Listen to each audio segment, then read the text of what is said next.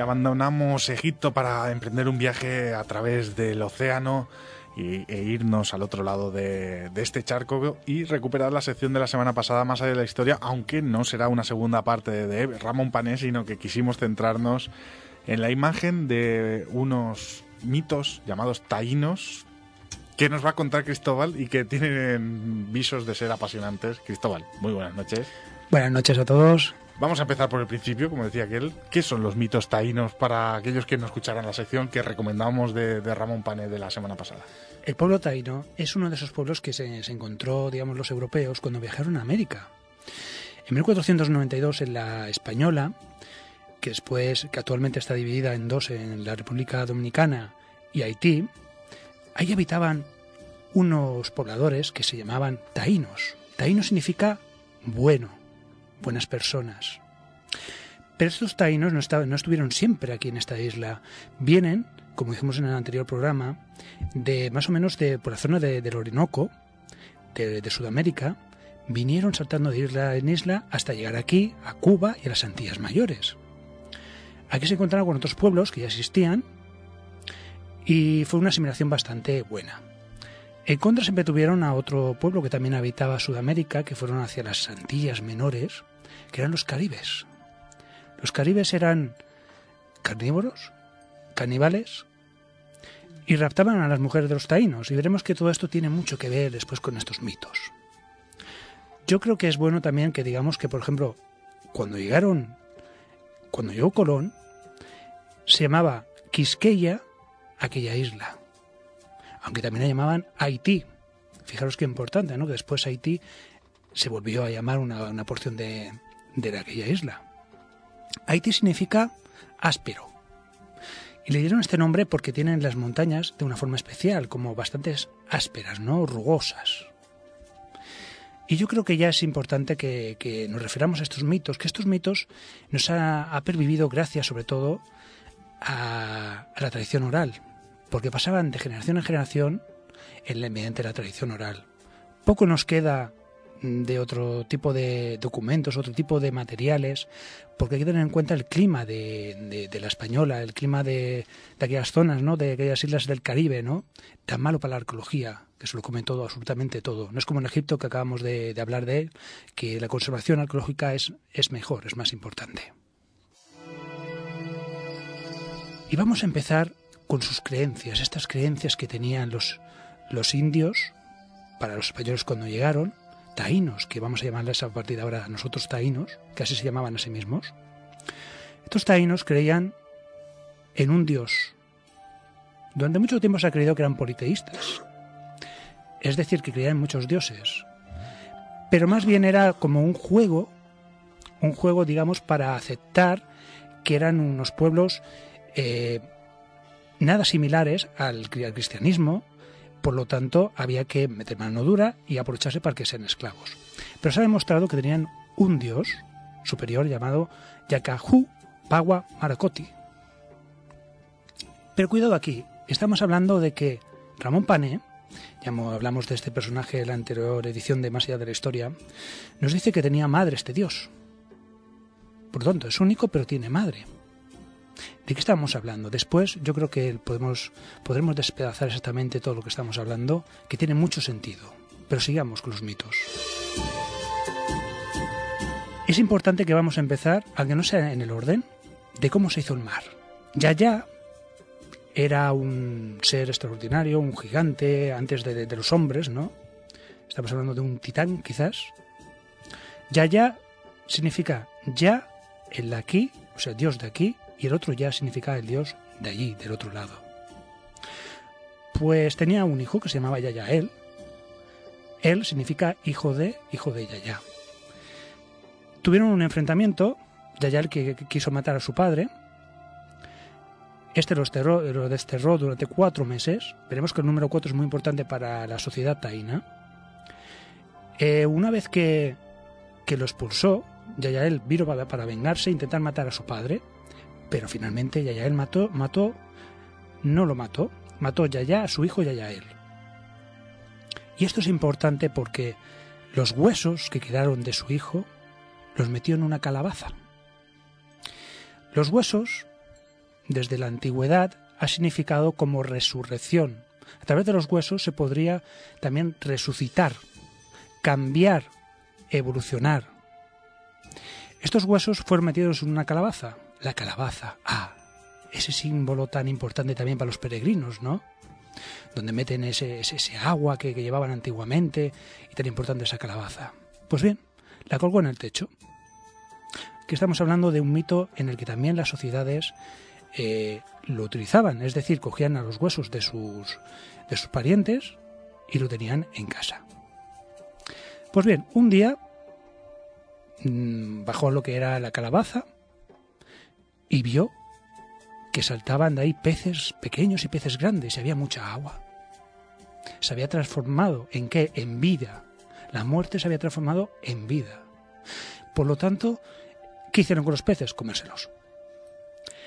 Pero un día estaba fuera de su casa este yayá y aparecen unos personajes muy importantes para la mitología taína. Estamos hablando de 4 gemelos que habían nacido de una madre que era la Pachamama, que se había sacrificado por dar vida a estos 4, y estos 4 eran los 4 elementos. Entonces, uno de ellos, sabemos el nombre de uno de ellos, que era Demián. Demián era quizás el más valiente, quizás era el Prometeo griego, ¿no? El que hizo muchas cosas por los humanos, como veremos después. Pues bien, estos 4 se metieron en casa de Yaya vieron a ver que tenía la calabaza, con tan mala suerte que se les rompió. Y de repente de ahí surgió las aguas, que llenó todo el mundo, todas las tierras, lo llenó todo. De ahí surge el mar. Y ahora vamos a seguir con la historia de estos 4, de estos gemelos. Y personalmente con Damián. Damián fue a ver a otra persona, en este caso un titán seguramente, llamado Vayamanaco, porque quería robarle, en este caso, el secreto del casabe, que es muy importante para la cultura taína, que es el pan de yuca. Cuidado, aquí estamos hablando de algo muy importante. Nos están explicando estos mitos la forma que ellos entendían que habían pasado a hacer agricultura. Es decir, a dejar atrás el paleolítico y empezar el neolítico. De esta forma tan especial que nos lo cuenta. Pero pasó una cosa.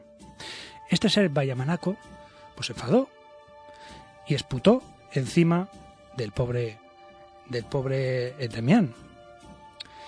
Al llegar a casa con sus hermanos, vieron que aquel esputo era un veneno que crecía detrás de su espalda, se hacía más grande, un bulto más grande.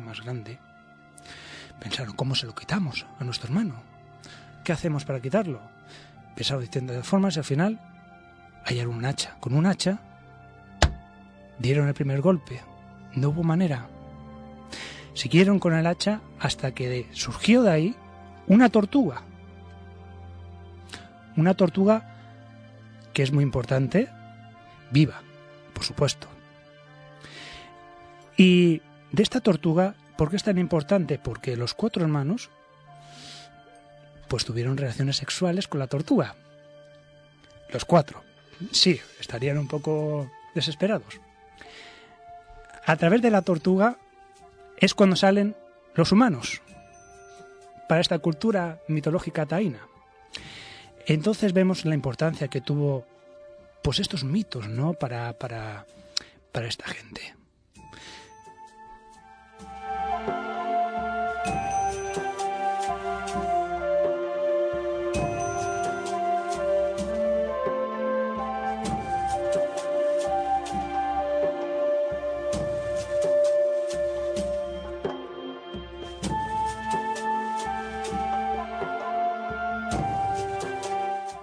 A veces me sorprenden las historias que se cuentan y los mitos, y siempre tengo la misma pregunta. ¿De dónde nacen todos estos mitos? ¿Quién es el primero que los inventa o que los crea o que los cuenta? ¿O son reales? Bueno, reales no creo. Yo creo que es porque que los 4 hermanos tuvieran relaciones sexuales con la tortuga y otros mitos que veremos después también bastante interesantes. Yo creo que es una deformación de la realidad, una forma de explicar, porque, por ejemplo, ahora hablaremos de las cuevas, porque Después de que surgieron los humanos, los seres humanos, a partir de esta relación sexual entre estos, vamos a llamarlos titanes, y la tortuga, pues los humanos surgen de unas cuevas. Claro, aquí nos están explicando de una forma el mito de que pasan de las cuevas a la sedentarización, ¿no? Entonces yo creo que son historias que pasan de padres a hijos y se va reconvirtiendo, o sea, lo típico. Yo empiezo aquí a contar una cosa al oído de Luis, llegará Pablo, Carlos, Marta, Ana, y cuando llega a Ana, vete a saber lo que se le ocurre, es decir, contar, ¿no? Pues así funcionaría un poquito eso. Entonces, como hemos dicho, los humanos estaban en cuevas. Habían dos cuevas importantes en un monte muy famoso para ellos que se llama el Monte Cauta. ¿A qué nos suena esto? El monte Olimpo, quizás, el monte de los dioses, que de ahí surgen. Habían dos cuevas, una la Cacibajagua y Almayauna. De una surgió la mayoría de Cacibajagua, es decir, la mayoría taína. Los otros pueblos surgieron de las demás cuevas. Pero había un vigilante que siempre vigilando, que su cometido en este caso era vigilarlos y también después distribuirlos sobre la tierra. Pero un día se despistó y fue castigado y convertido en piedra. Los humanos pues fueron saliendo, ¿no?, de las cuevas, y aquí vemos cómo salen de la prehistoria hacia el neolítico, ¿no? Es una explicación, ¿no? También es importante tener en cuenta que estas gentes, pues en las cuevas es como una forma de dar vida, o sea, la madre, la tierra madre, ¿dónde está? Pues en lo que sería la matriz, salir de ahí de las cuevas, ¿no? La vida.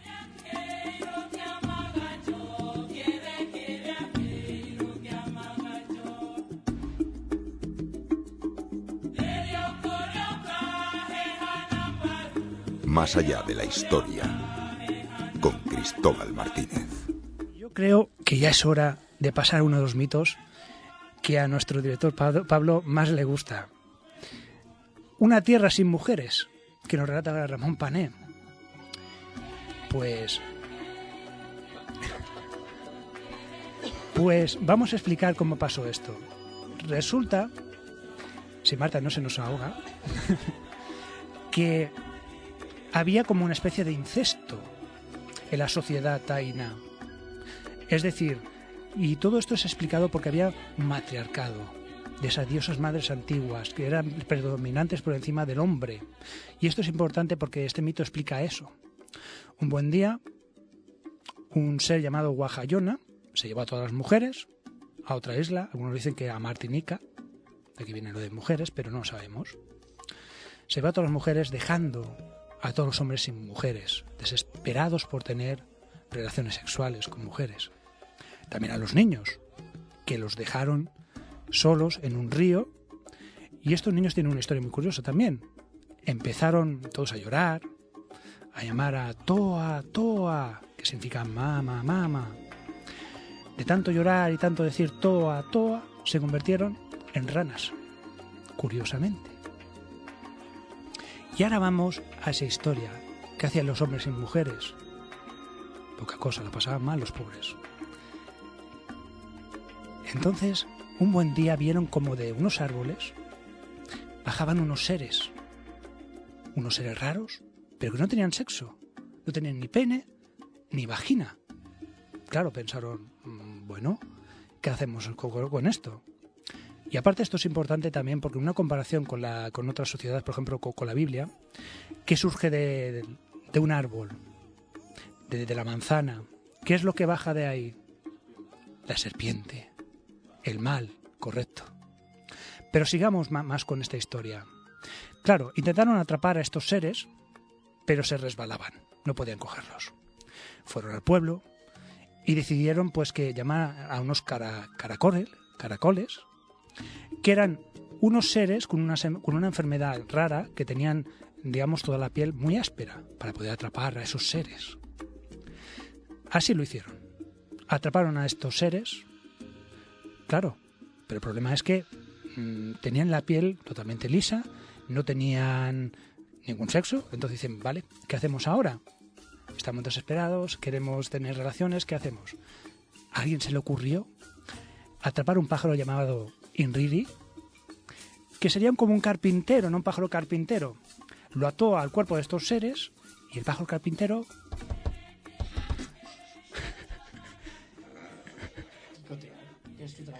empezó a picotear, que es su trabajo, justamente donde se supone que está el sexo de las mujeres.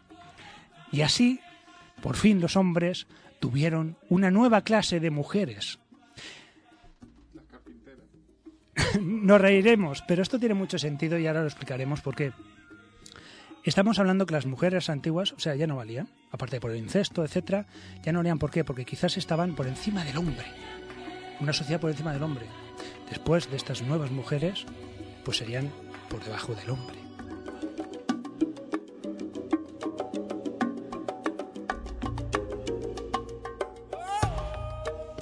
Bueno, después de conocer este apasionante viaje por el mundo de las mujeres carpinteras, que es como le vamos a llamar, ¿cómo continúa la historia de estos taínos?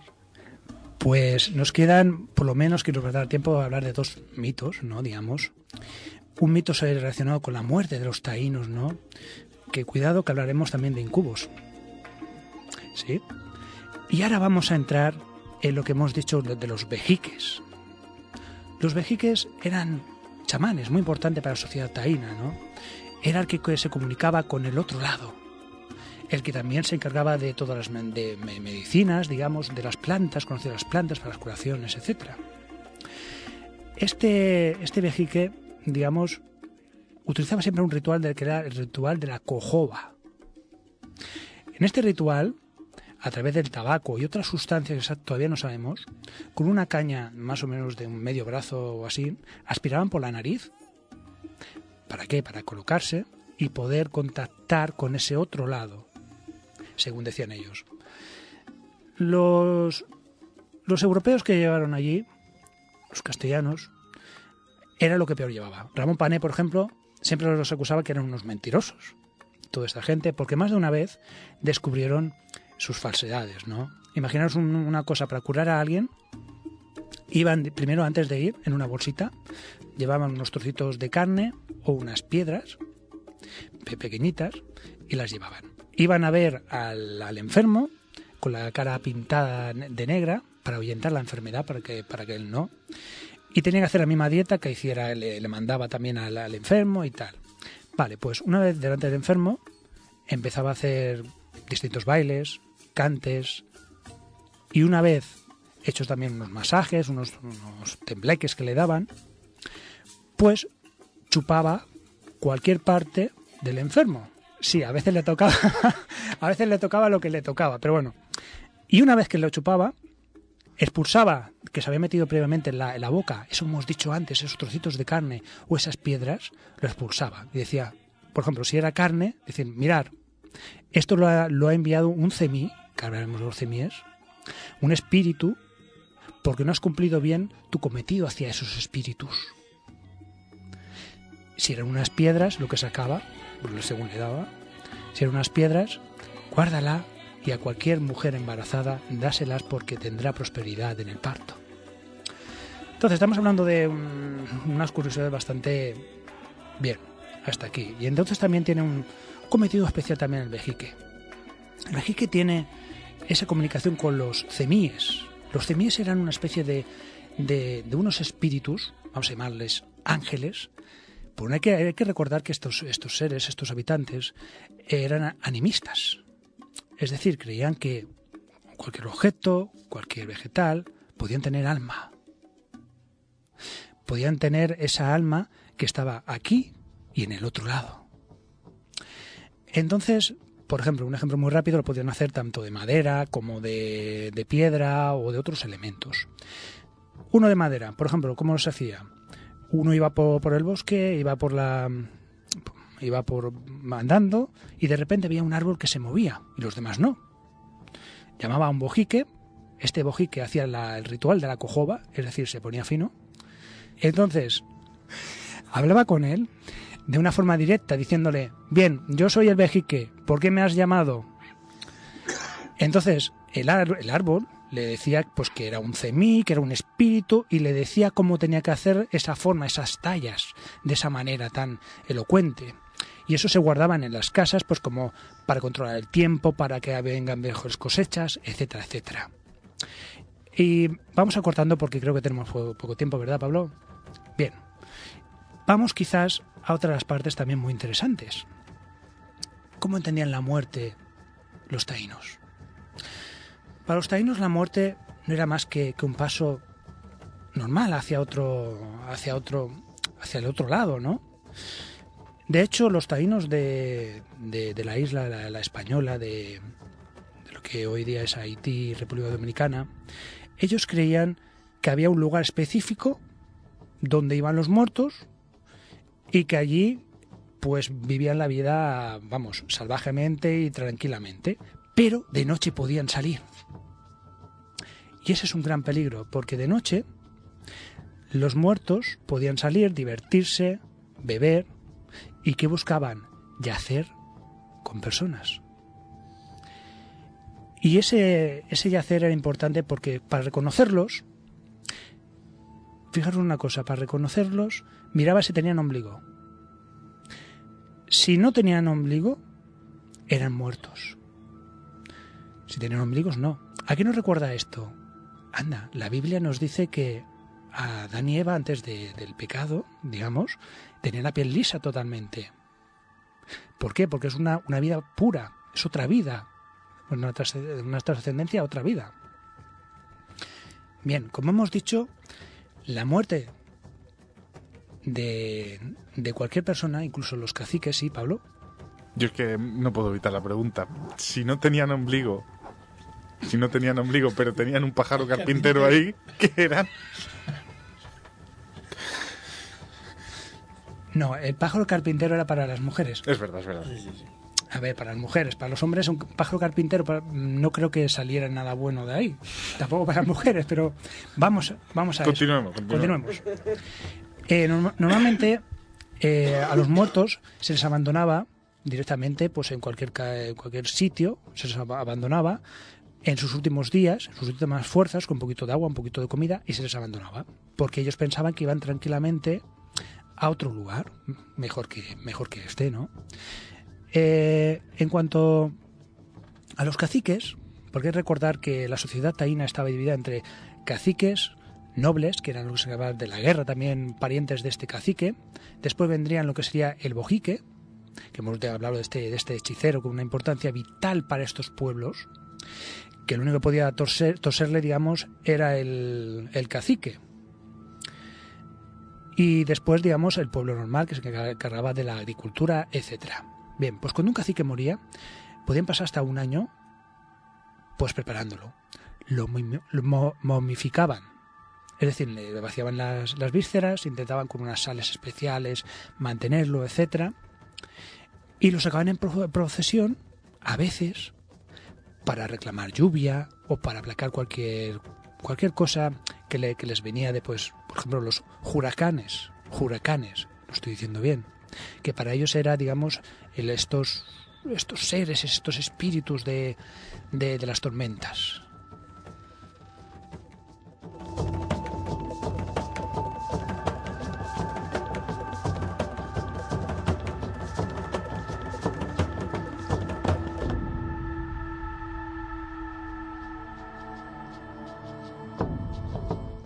Cristóbal, como siempre se nos va echando el tiempo encima, pero ¿cómo acaban estos mitos? ¿Qué es lo que quieres decir para cerrar en un minuto? Va.